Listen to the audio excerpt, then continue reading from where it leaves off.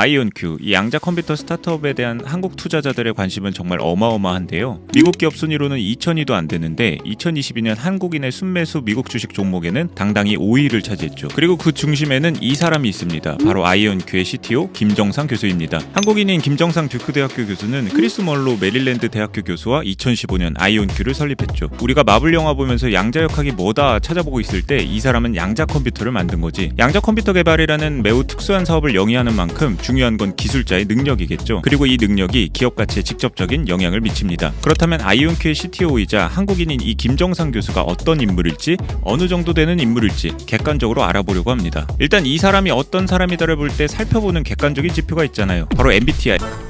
먼저 연구자들의 연구 업적과 성취, 그리고 학계에 미치는 영향력 등을 수치한 지수가 있습니다. 바로 H-인덱스인데요. 2005년에 만들어진 H-인덱스는 캘리포니아 대학의 조지 허시 물리학 교수가 자신의 논문 개인의 과학적 산출량을 계량하기 위한 지표에 그 기반을 두고 있습니다. 갑자기 뭔가 굉장히 어려운 이야기들이 등장하는데 그냥 이 H-인덱스가 높으면 연구자로서 뛰어나다는 일종의 지표인 거죠. 이 H-인덱스가 높게 나오려면 많이 인용되는 논문을 많이 써야 되는데요. 때문에 어쩌다 불후의 논문을 쓰거나 아니면 그냥저냥 한 논문을 공장처럼 뽑아내는 연구자들은 높은 지수를 받을 수 없습니다. 김정상 CTO의 H-인덱스는 45입니다. 현재까지 인용된 횟수는 9717회인데 2017년 이후 인용 횟수는 5087회에 달합니다. 양자 컴퓨팅 개발 속도가 빨라지면서 연구자들이 김정상 CTO의 자료를 더 많이 보고 있다는 의미입니다. 양자 컴퓨터에 집중하는 탓에 H-인덱스가 매우 높다고 할 수는 없지만 이 숫자는 결코 연구자들이 쉽게 도달할 수 있는 수준은 아닙니다. 특히 양자 컴퓨팅 분야는 다른 오랜 과학 분야에 비해 아직 그 생태계가 크지 않다는 점을 고려하면 그 H-인덱스는 김정상 교수가 상당한 연구자임을 증명한다고 볼 수 있겠죠. 이런 어려운 분야의 연구에서는 개인보다 공동저자로 연구하는 경우가 많은데 같이 연구하고 논문을 쓴 인물들이 누구인지 살펴보는 것도 굉장히 중요하겠죠.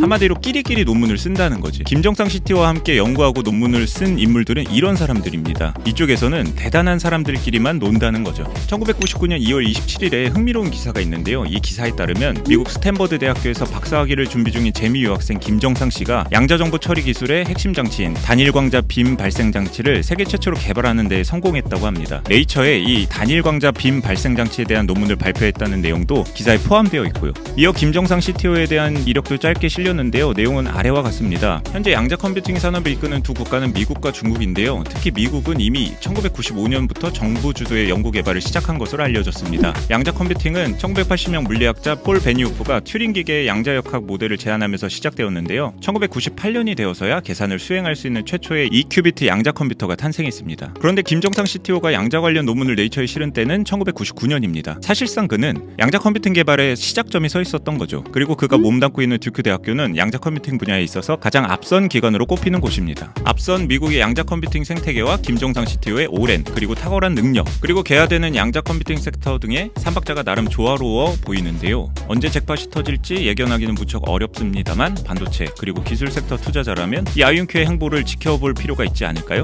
오늘 이야기는 여기까지고요. 다음에 더 흥미로운 이야기로 찾아오겠습니다.